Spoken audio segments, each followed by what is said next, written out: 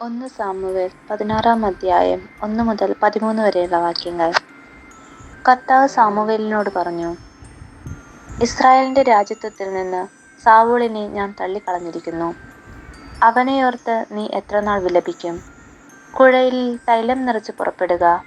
ഞാൻ നിന്നെ ബത്ലഹേംകാരനായ ജസ്സയുടെ അടുത്തേക്ക് അയക്കും.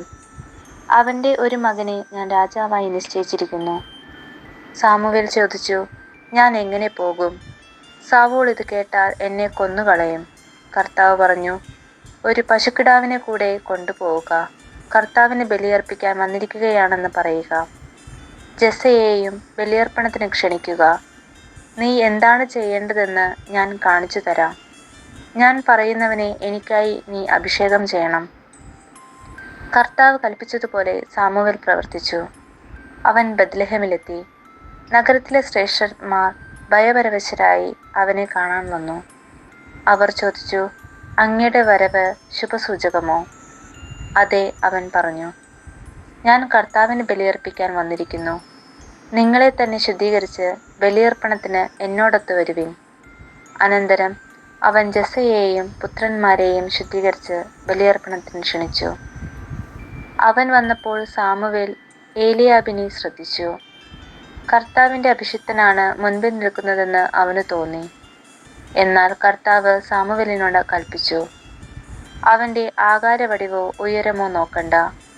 അവനെ ഞാൻ തിരസ്കരിച്ചതാണ്. മനുഷ്യൻ കാണുന്നതല്ല കർത്താവ് കാണുന്നത്. മനുഷ്യൻ ബാഹ്യരൂപത്തിൽ ശ്രദ്ധിക്കുന്നു, കർത്താവാകട്ടെ ഹൃദയഭാവത്തിലും. ജസ്സെ അബിനദാബിന് സാമുവേലിന്റെ മുൻപിൽ വരുത്തി. ഇവനെയും കർത്താവ് തിരഞ്ഞെടുത്തിട്ടില്ല എന്ന് സാമുവേൽ പറഞ്ഞു. പിന്നെ ജസ്സെ ശമ്മായെ വരുത്തി. കർത്താവ് തിരഞ്ഞെടുത്തവനല്ല ഇവനും എന്നവൻ പറഞ്ഞു. ജസ്സെ തന്റെ 7 പുത്രന്മാരെ സാമുവേലിന്റെ മുൻപിൽ കൊണ്ടുവന്നു. അവൻ ജസ്സയോട് പറഞ്ഞു, ഇവരെ ആരെയും കർത്താവ് തിരഞ്ഞെടുത്തിട്ടില്ല. നിന്റെ പുത്രന്മാർ എല്ലാവരുമായോ എന്ന് സാമുവേൽ അവനോട് ചോദിച്ചു. ഇനി ഇളയ മകനുണ്ട്. അവൻ ആടുകളെ മേയ്ക്കാൻ പോയിരിക്കുകയാണ്. അവൻ പറഞ്ഞു. അവനെ ആളയച്ച് വരുത്താൻ സാമുവേൽ ആവശ്യപ്പെട്ടു. അവൻ വന്നിട്ടേ ഞങ്ങൾ ഭക്ഷണം കഴിക്കുകയുള്ളൂ എന്നും പറഞ്ഞു. ജസ്സെ അവനെ ആളയച്ചു വരുത്തി. പവിഴ നിറവും മനോഹര നയനങ്ങളുമുള്ള അവൻ സുന്ദരനായിരുന്നു. കർത്താവ് കൽപ്പിച്ചു, എഴുന്നേറ്റ് അവനെ അഭിഷേകം ചെയ്യുക. തിരഞ്ഞെടുക്കപ്പെട്ടവൻ അവൻ തന്നെ. സാമുവേൽ അവനെ സഹോദരന്മാരുടെ മുൻപിൽ വെച്ച് കുഴലിലെ തൈലം കൊണ്ട് അഭിഷേകം ചെയ്തു. അന്നു മുതൽ കർത്താവിന്റെ ആത്മാവ് ദാവീദിന്റെ മേൽ ശക്തമായി ആവസിച്ചു. സാമുവേൽ റാമായിലേക്ക് പോയി. ദൈവവചനമാണ് നാം കേട്ടത്. വിശുദ്ധ മാർക്കോസ് എഴുതിയ സുവിശേഷം 2-ാം അധ്യായം 23 മുതൽ 28 വരെയുള്ള വാക്യങ്ങൾ. ഒരു സാബത്ത് ദിവസം അവൻ വിളഞ്ഞുകിടക്കുന്ന ഒരു വയലിലൂടെ പോവുകയായിരുന്നു. പോകുമ്പോൾ ശിഷ്യന്മാർ കതിരുകൾ പറിക്കാൻ തുടങ്ങി. ഫരിസേയർ അവനോട് പറഞ്ഞു, സാബത്തിൽ നിഷിദ്ധമായത് അവർ ചെയ്യുന്നത് എന്തുകൊണ്ട്? അവൻ ചോദിച്ചു, ദാവീദും അനുചരന്മാരും കൈവശമൊന്നുമില്ലാതെ വിശന്നു വലഞ്ഞപ്പോൾ എന്തു ചെയ്തുവെന്ന് നിങ്ങൾ വായിച്ചിട്ടില്ലേ?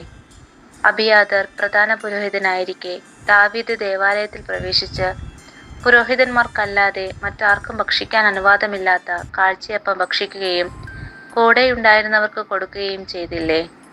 അവൻ അവരോട് പറഞ്ഞു, സാബത്ത് മനുഷ്യന് വേണ്ടിയാണ്, മനുഷ്യൻ സാബത്തിന് വേണ്ടിയല്ല. മനുഷ്യപുത്രൻ സാബത്തിന്റെയും കർത്താവാണ്.